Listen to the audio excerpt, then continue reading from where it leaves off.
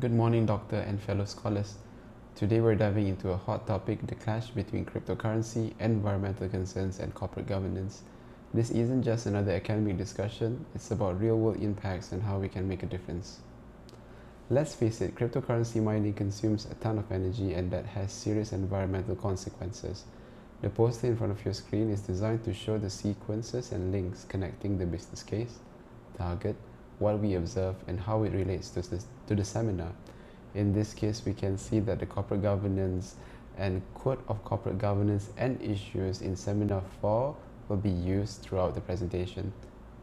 We will then move to how we can address our observations and how we can finish it up by looking into greenwashing claims and address the concern with regards to federal data transparency initiatives. Looking at the case study provided to us, we need a fresh governance approach to tackle the transparency issues and the greenwashing claims that often accompanies the industry. Our goal is to create and to hold the companies accountable. We want to bridge the gap between what they say and what they do, especially regarding ESG commitments.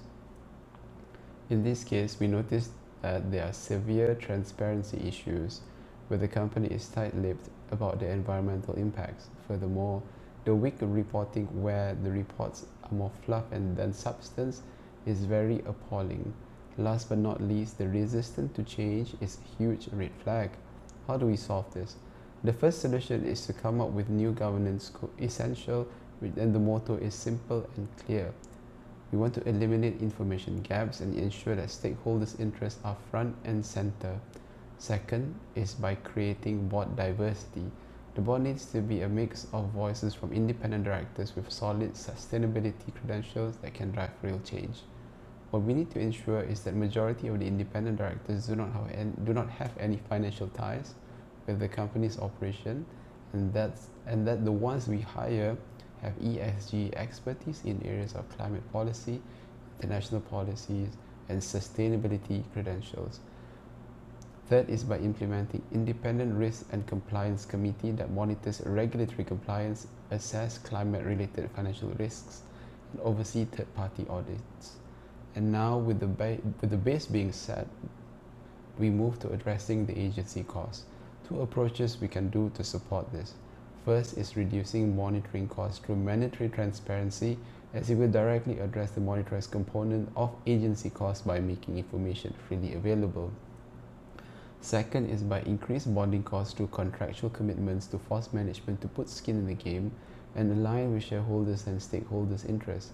There are several ways to do this, such as entering into performance bonds that will be applicable if targets are missed, entering into power purchase agreements which allow shareholders rights to sue if targets are missed, and lastly by implementing clawback provisions that allow pays to the executives to be clawed back in case of harm occurs. Having deployed both measures, we can address the greenwashing claims.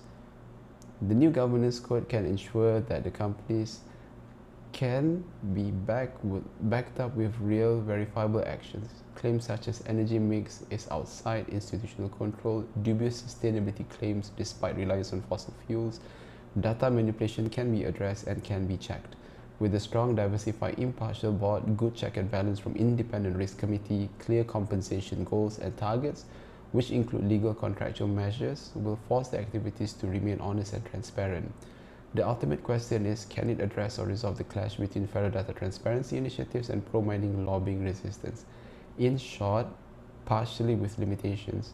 We can assume that this will address greenwashing claims, provide protection to stakeholders through appropriate disclosures, ensure that there is genuine information on environmental impacts. However, it remains difficult to address fundamental political opposition on cryptocurrency mining as views by politicians remain unpredictable.